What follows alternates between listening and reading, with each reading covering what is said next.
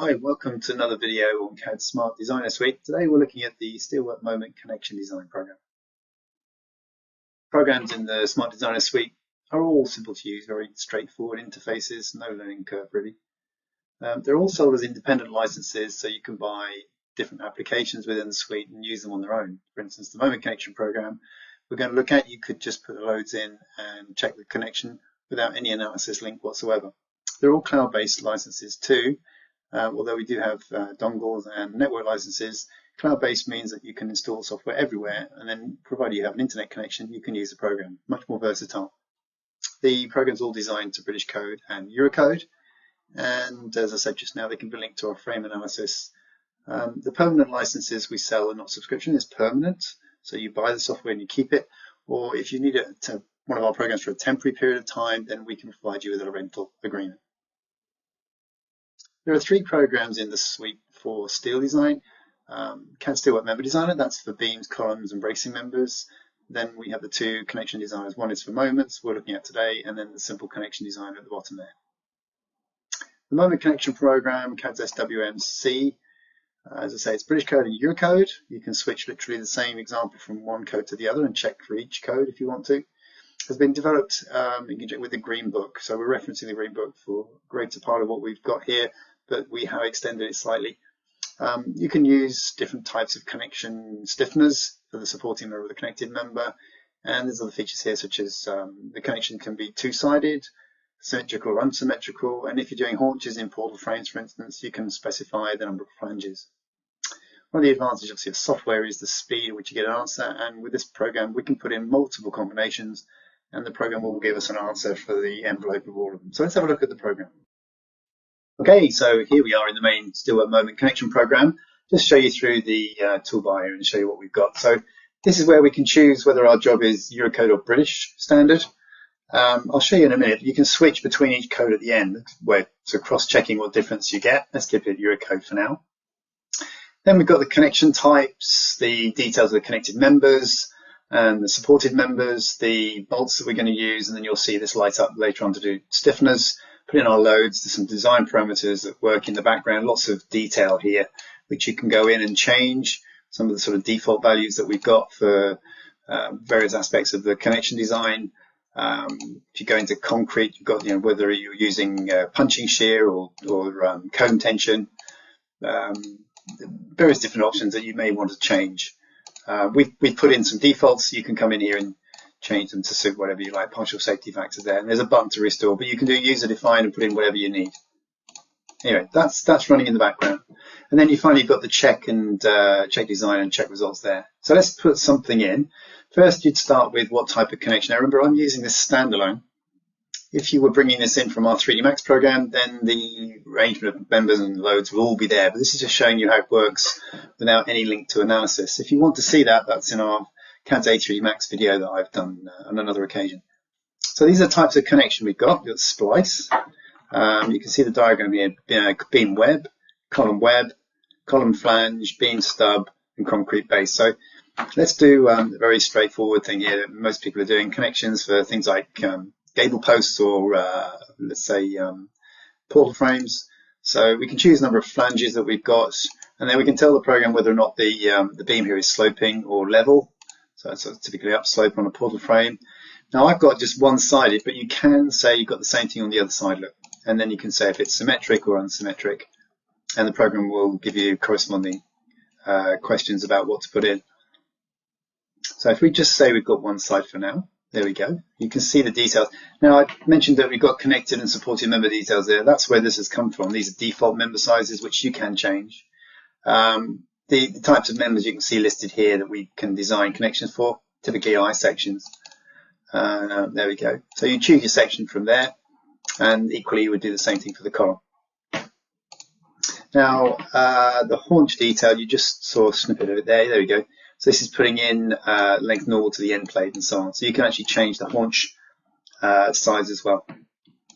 Now I'm going to put some loads in, just see how we get on with this thing. So I'm going to put some very arbitrary values that I've written down over here. There we go. A couple of values for axial load, and then let's put some bending moment in here. This is just to show you, what you would do manually. Now, I've got one combination. One of the benefits I mentioned in the introduction was that you can obviously put in more than one combination. So you're basically able to do lots of different scenarios and then get the worst case result. In other words, it envelopes the internal forces for you. There we go, it's 250. Return, there we go. So there's a couple of load cases. Now, this is only, as I say, default data, the number of bolts and everything else. But let's just check it and see what happens.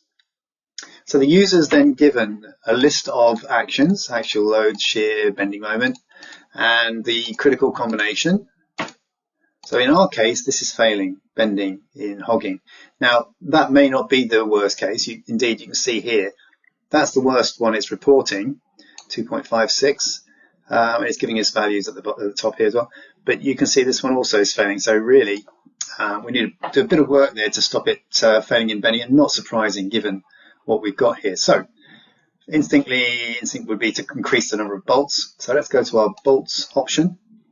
Maybe change the grade, type if you need to, size of bolt if necessary. And then we've got bolt numbers. You can see at the moment the default is 1 here and here inside the flange of the supported member. Now you can put bolts outside or inside. It's entirely down to the geometry that you've put in for the size of plate here as to whether you can put bolts in at the top, but that's adjustable. I can put 3 in there, and indeed we can put, just telling me it's checking for spacing, and 3 in there. The program won't let you put in more than in bolts which won't fit. You'll notice when I click on this panel, it's telling me I can only put up to 6 in there. So it does check the spacing and make sure that tools can be used as one of the settings in the background there. And these are the actual spacings of the bolts here, look. So again, the default's 90 mil, and that's the top plate projection, which you can increase if you want to put bolts outside the top of the connection as well. So let's have another look. And you can see now we've got slightly better, but it's not working. And again, not really surprising. We've got no stiffeners in here. So we want to go to the supported member, and we want to go to the supported member and put some plates in. So let's click on here, short or full plates. These are, by the way, defaulting to size and wear and weld size. So again, you can change this to whatever you wish. And then I'm going to put a diagonal stiffener in too. You can see the Z's as well as Morris there, look. And indeed, you can play with the position of these stiffeners, where they come into the bolt arrangements, look. And again, the plate thickness as well. So we hit that. Let's have another go, looking more like it now. And indeed, yes, that's passed. We're over 10% in now, so that's fine. Now, if you want to see any more details of this, then you click on the corresponding information here, as I showed you earlier, or you can go down and drill into much more detail at the bottom. So this takes you into literally what the action is in each bolt, resistance moments there. Look, you can see all of the detail that the program has derived for you. And obviously you can print some of this out as much as you like. Okay, so let's have a look at another one. Here we have another classic connection. It's an apex connection. You can see here the number of bolts we've got, so obviously the section sizes and so on. Just reveal the results by doing a quick check, and you can see they've all passed. We've got some hogging and sagging going on here. Again, this is the resistance, this is the required value, that's the ratio. The features here, these are external plates that we've put in here as well as haunches, and you can see we've got the thickness there. We can define length along the end plate and so on. So the geometry can be controlled here along the welding, and the left external is actually matching the same. Reason being, I've set this up, you can see the connection types here, as the splice connection, and then I've said that it's symmetric and that the slope is actually downwards. That's how we set this up, and the bolts and everything are the same. So we're just putting in bolt numbers, bolt grades and so on, as I did earlier with the connection type. So once you've done one, you know what you're doing in terms of the other types of connection. It's just getting the geometry in, running the calc and seeing if it passes and fails. Finally, just a base plate example here to show you. We've got the base size given up here, look, and then the bedding thickness, the grade of concrete and so on, and the connected member details.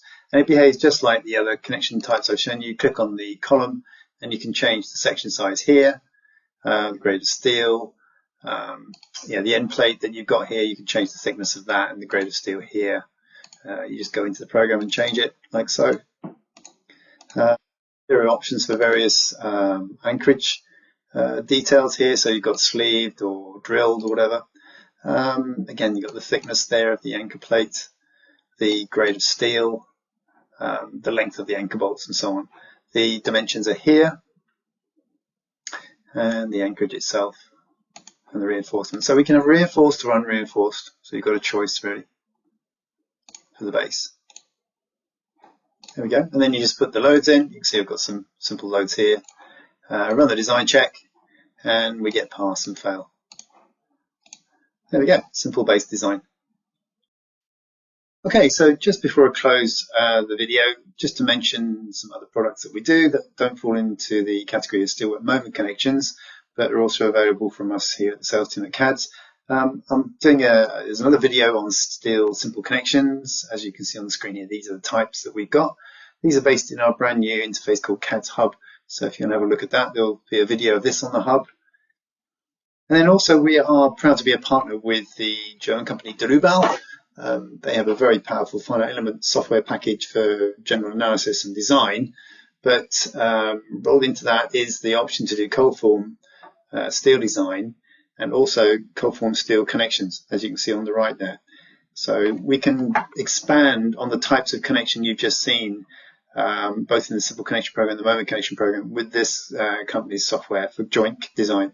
In fact, everything is pretty universal, whether it be eye sections or channels or angles, and it can all be done in 3D. So if you're interested in doing class 3, class 4 sections in terms of joint design, connection design, as you can see on the right for cold form, or some complicated hot rolled steel connection types, let us know. Any other general inquiries, give us a call, send us an email, or visit the website.